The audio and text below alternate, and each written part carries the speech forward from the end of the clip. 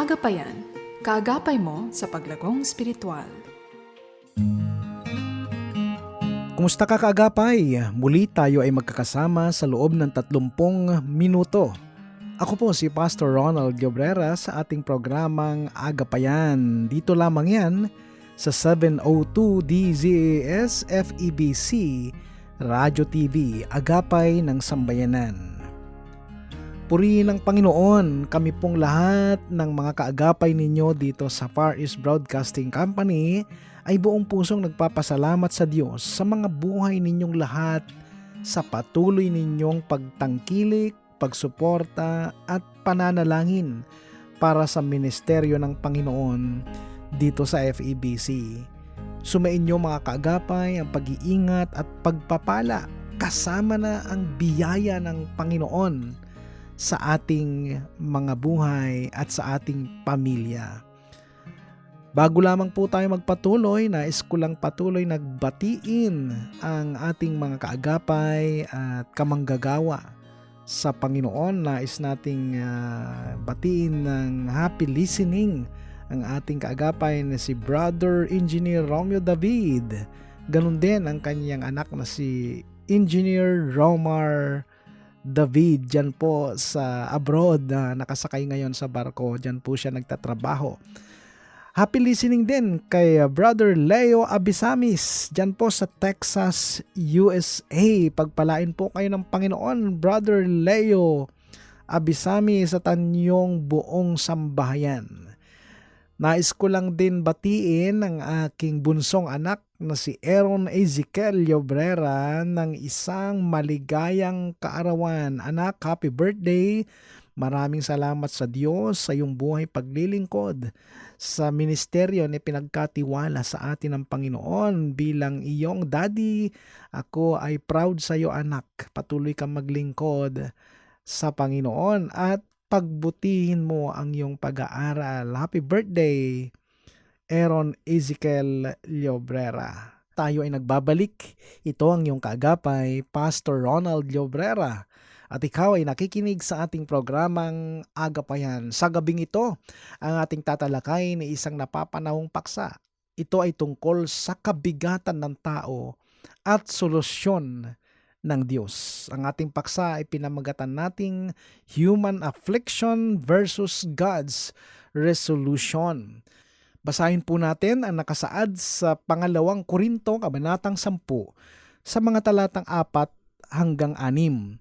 Ang sandata namin sa pakikipaglaban ay hindi makamundo, kundi ang kapangyarihan ng Diyos na nakakapagpabagsak ng mga kuta. Sinisira namin ang mga maling pangangatwiran, ginagapi namin ang lahat ng pagmamataas laban sa kaalaman tungkol sa Diyos at binibihag namin ang lahat ng isipan upang matutong sumunod kay Kristo. Kapag lubos na ang inyong pagsunod, nakahanda kaming parusahan ng lahat ng mga ayaw sumunod.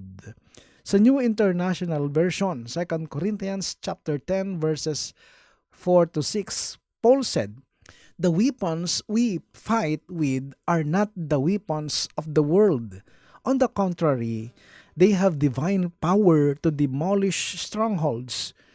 We demolish arguments and every pretension that sets itself up against the knowledge of God.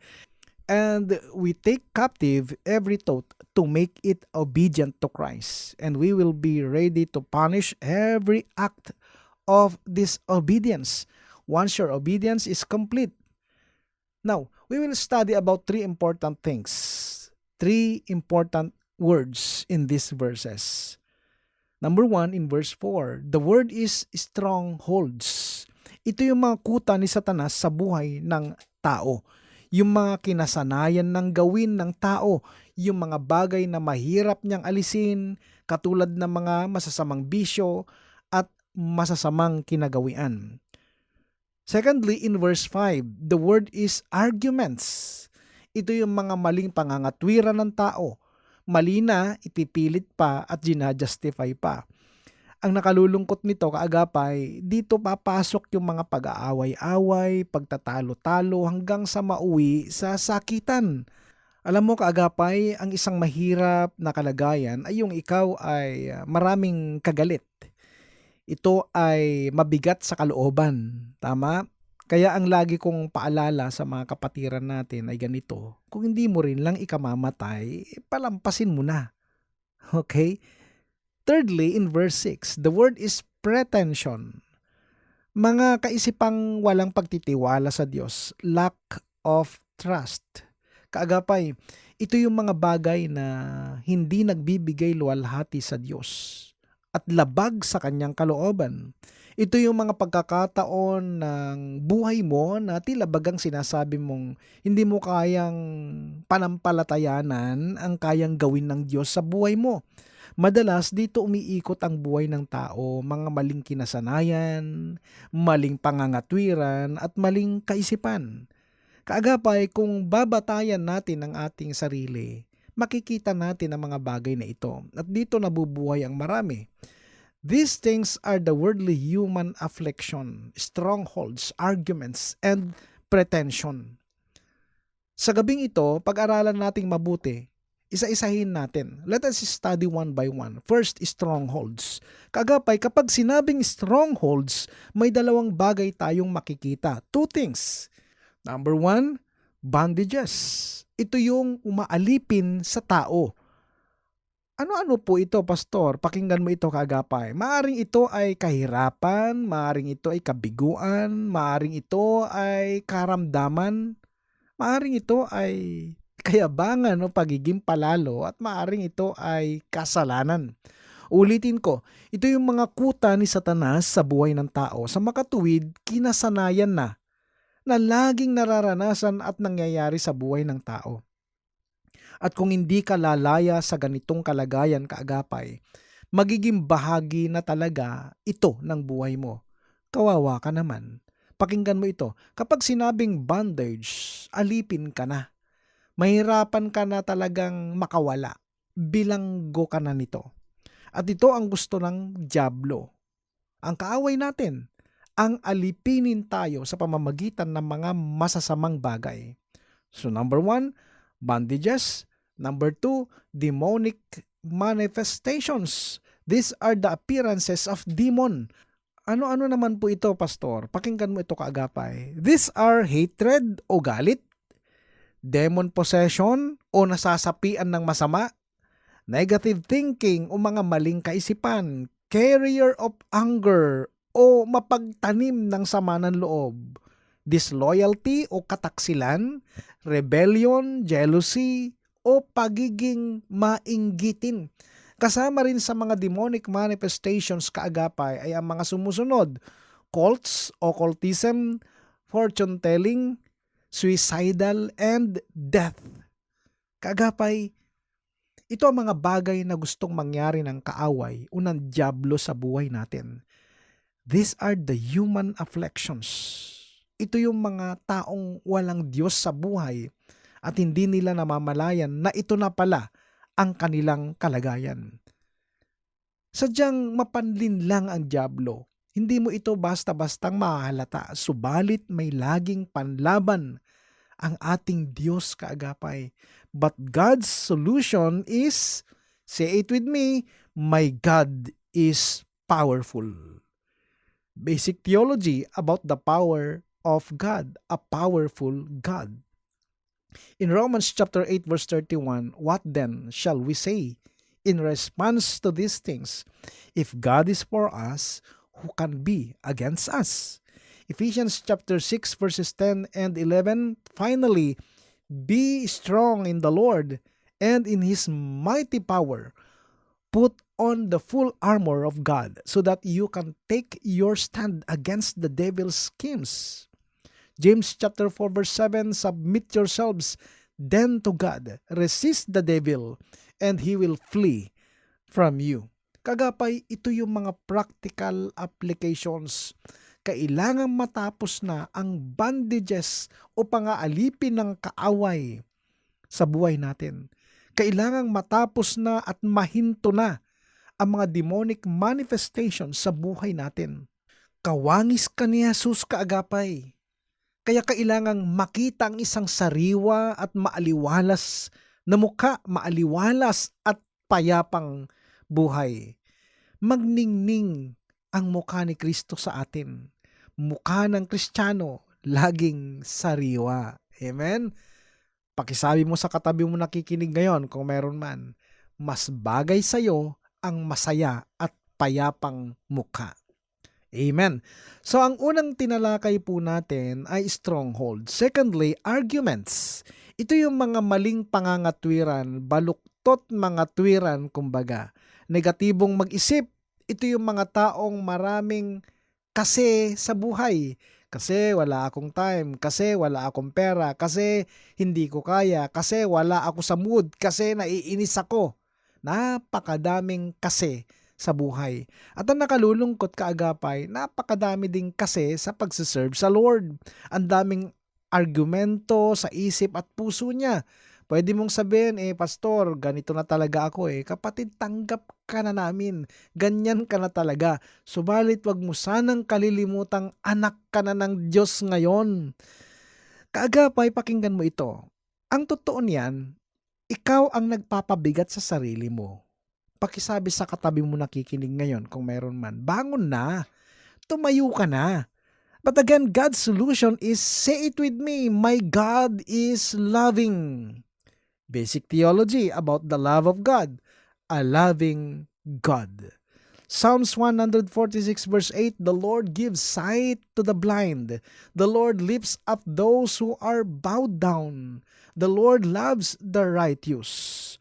Proverbs chapter 8 verse 17, I love those who love me, and those who seek me find me. John chapter 14 verse 21, whoever has my commands and keeps them is the one who loves me. The one who loves me will be loved by my Father, and I too will love them and show myself to them. Kagapay, ito yung practical applications. Bangon na. Wala na dapat kasi-kasi. At ang puso ngayon ay kasigla-sigla. Amen? Be positive. Iwasan ang argumento. Huwag maging negatibo. Kagapay, baka nakakalimutan mo kung sino ang Diyos mo. Amen? Tapusin na ang pagiging pusong mamon o pagiging matampuhin. Phased out na yan. At higit sa lahat, bawal ang laging nakasimangot. Amen ba?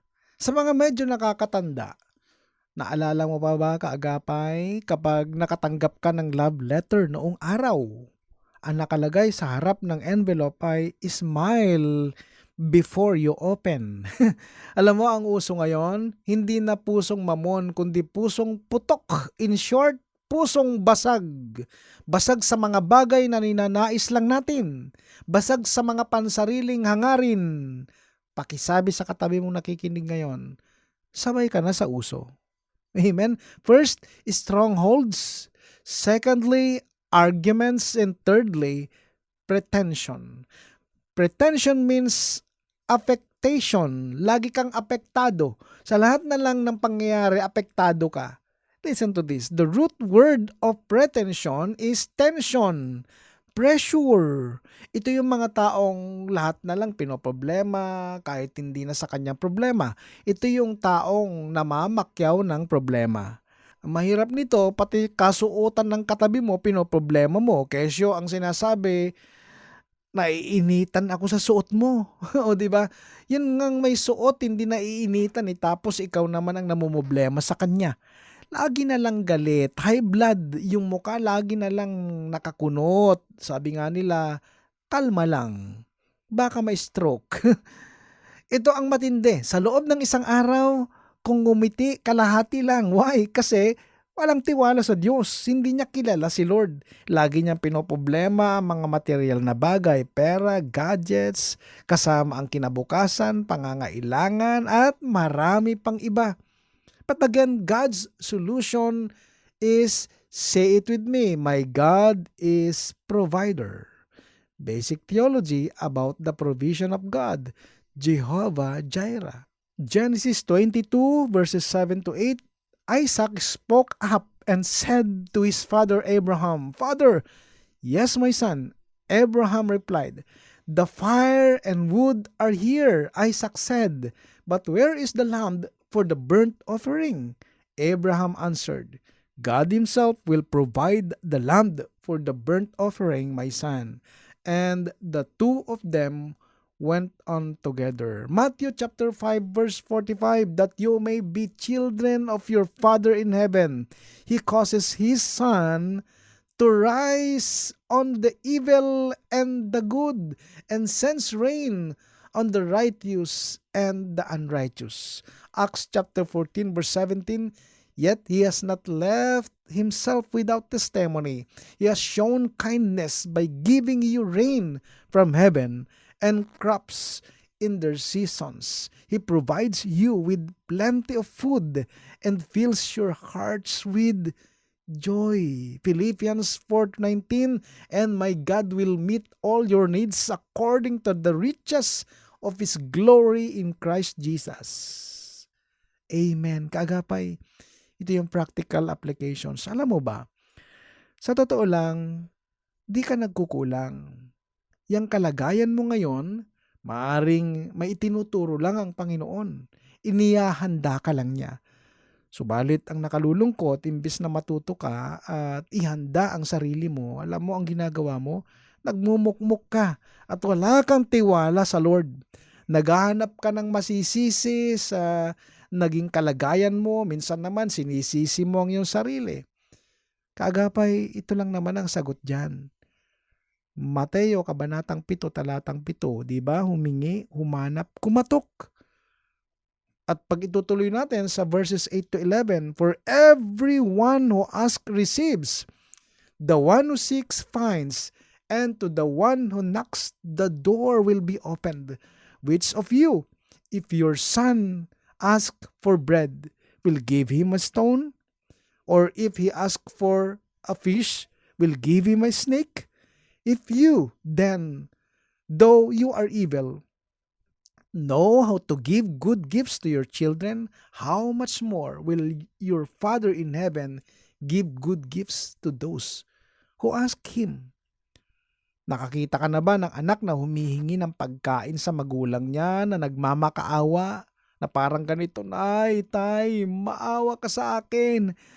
Parang awa niyo na, pakainin niyo ako." Di ba minsan siga pa tayo, "Nay, gutom na ako, ano ba ulam dyan?" Alam mo, ang problema ng tao, di niya lubos kilala ang Diyos, ang kanyang amang nasa langit. Galante ang tatay natin sa langit. Di ka pa humihingi, nakahanda na niyang ibigay sa'yo. Kung hindi galante ang tatay natin, hindi sana ganyan ang itsura ng katabi mo. Amen? Pakisabi sa katabi mo nakikinig ngayon, "Oo nga, mukha kang mayaman." You know what? These three negative things, strongholds, arguments, and pretension, are against the knowledge of God.